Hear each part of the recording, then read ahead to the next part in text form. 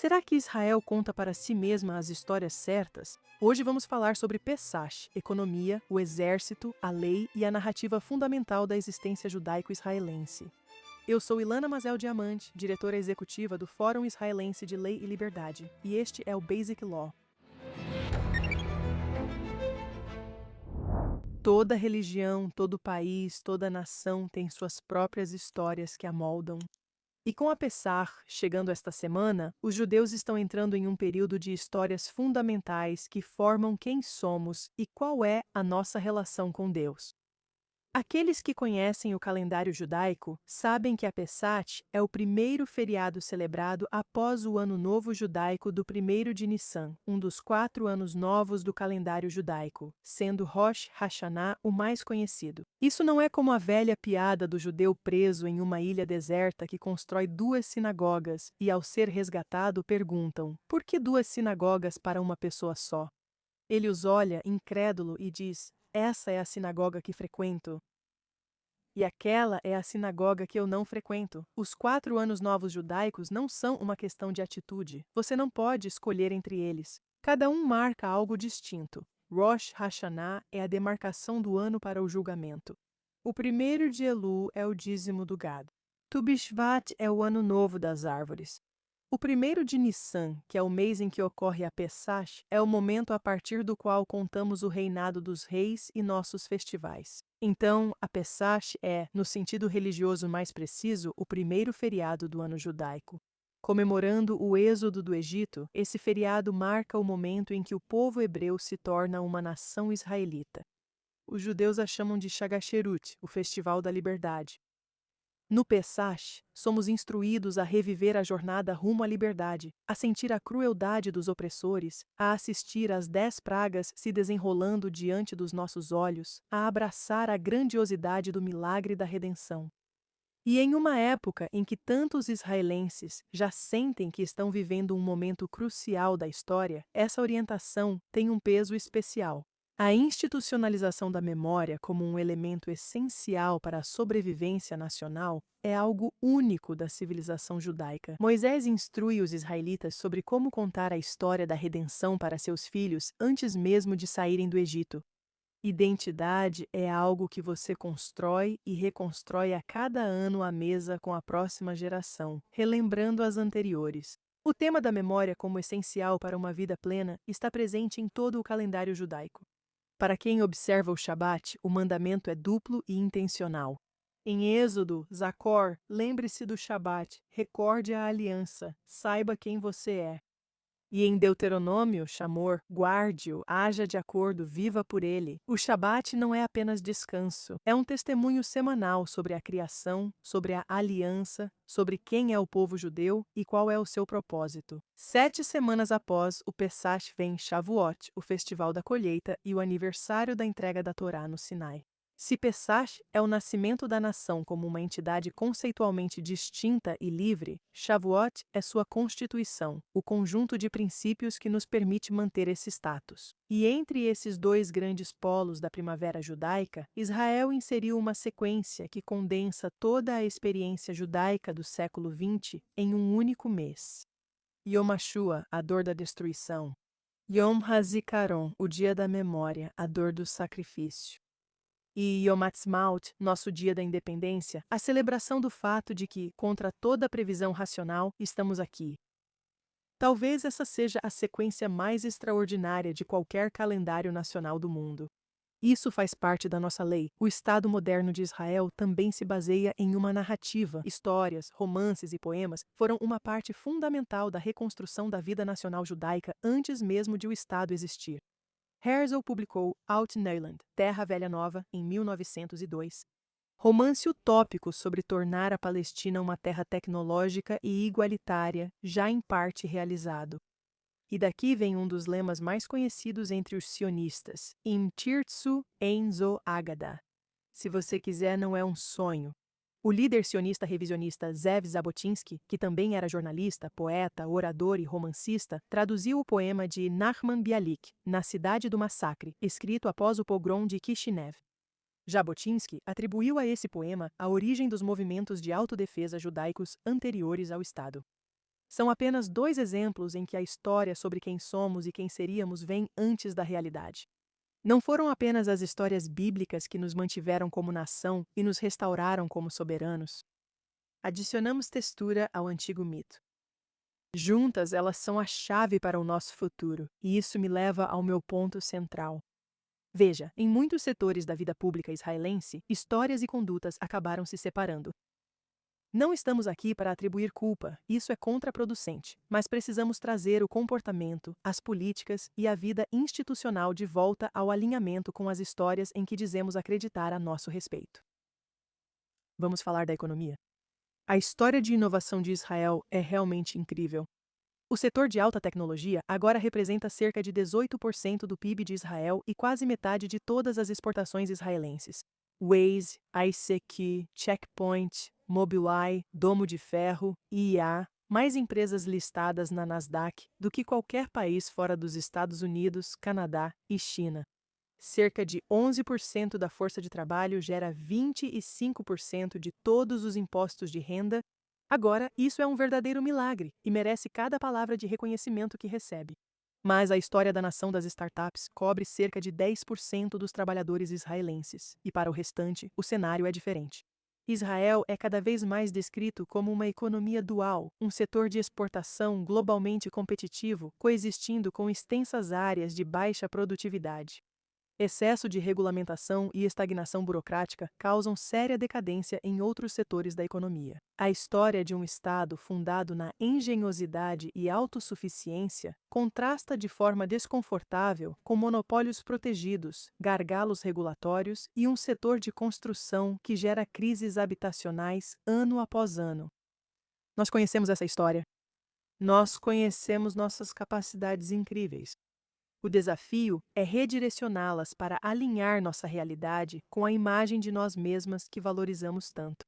Em seguida, a concepção de segurança. Hakoncepcia.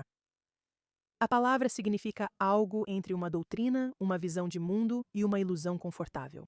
Sob o slogan "Um exército pequeno e inteligente", Israel diminuiu o tamanho de suas forças terrestres, reduziu os estoques de munição e aumentou sua dependência de tecnologia e inteligência, em detrimento da manutenção de tropas poderosas e bem treinadas.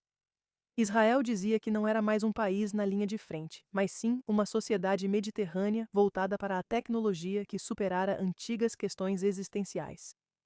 A inteligência militar manteve-se fiel à doutrina de dissuasão do Hamas até às 6h30 da manhã de 7 de outubro.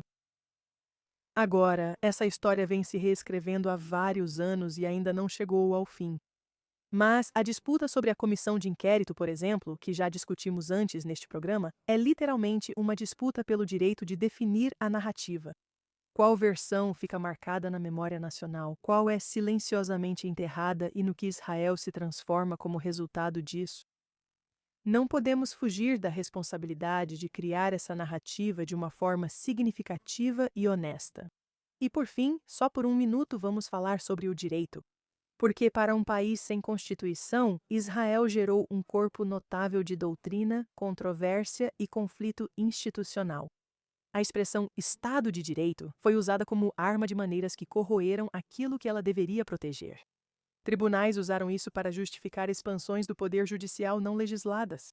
Políticos usaram a reação contrária para justificar a falta de prestação de contas na atividade legislativa. Somos um país que se orgulha do Estado de Direito, mas parece que não conseguimos decidir quem está governando e o que realmente é a lei em muitos assuntos. Isso é desalinhamento. E isso não é quem somos. Enfrentamos desafios e priorizamos o bem público acima das preferências pessoais. Alguém pode questionar minha abordagem, pois o problema pode não ser alinhar-se a uma história, mas concordar sobre qual é essa história. Os valores judaicos e democráticos são compatíveis ou conflitantes. Precisamos de tribunais poderosos para proteger normas na ausência de uma Constituição ou confiamos na democracia representativa?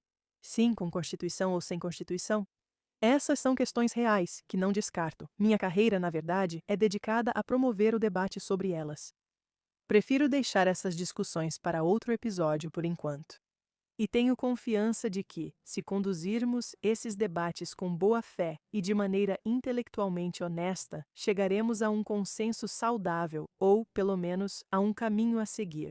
O que importa hoje é o seguinte: somos um povo com uma longa história de debates sobre leis, divinas, rabínicas, comunitárias e uma história muito curta de construção de um Estado regido por leis civis. Estamos no início do projeto, não no final. A confusão mostra quanto trabalho ainda falta, e o alinhamento é o nosso desafio. Antes de terminar, há uma evidência que vale a pena guardar.